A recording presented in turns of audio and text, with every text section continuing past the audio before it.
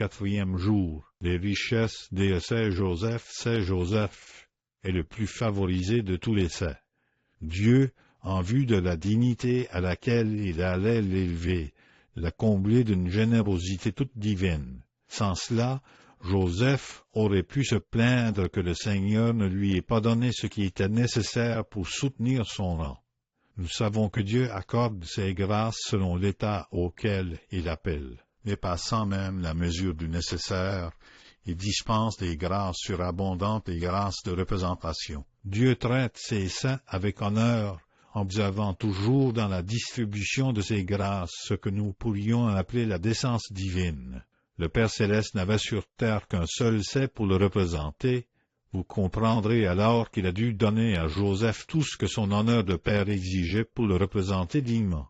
Le Fils de Dieu, qui nécessitait un père nourricier digne de lui, y a ajouté ses propres richesses et dons. Esprit Saint, dont la fécondité devait agir sous le manteau et la protection de ces Joseph, la parée de ses grâces les plus sublimes. C'est Joseph reçut la première grâce de prédestination. Tous les dons de l'intelligence et de cœur, tant naturels que surnaturels, lui furent accordés dans la plénitude. C'est Joseph était noble, le sang de David, qui fut choisi roi par la volonté de Dieu. Son intellect fut illuminé de lumière particulière pour qu'il comprît la grandeur du mystère qui lui fut confié pendant 100 ans.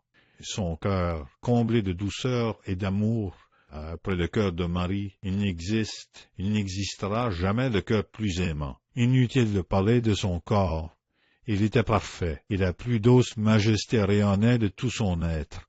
Mais Dieu voulut que ce Joseph partageât la vie de son fils divin. Il l'a ainsi couvert d'un manteau d'humilité, l'a conduit hors de Jérusalem. Confiné dans une ville méprisée par l'opinion publique, jugée incapable de produire rien de bon et là, il lui permit de mourir dans l'obscurité. Si c'est Joseph est grand aux yeux de Dieu, il l'était sera encore plus aux yeux de l'humanité. Nous devons l'étudier et cultiver en nos cœurs la dévotion la plus filiale envers lui. Inspiration. Saint Joseph, vous qui avez nourri celui qui nous nourrit de son corps sacré, priez pour nous.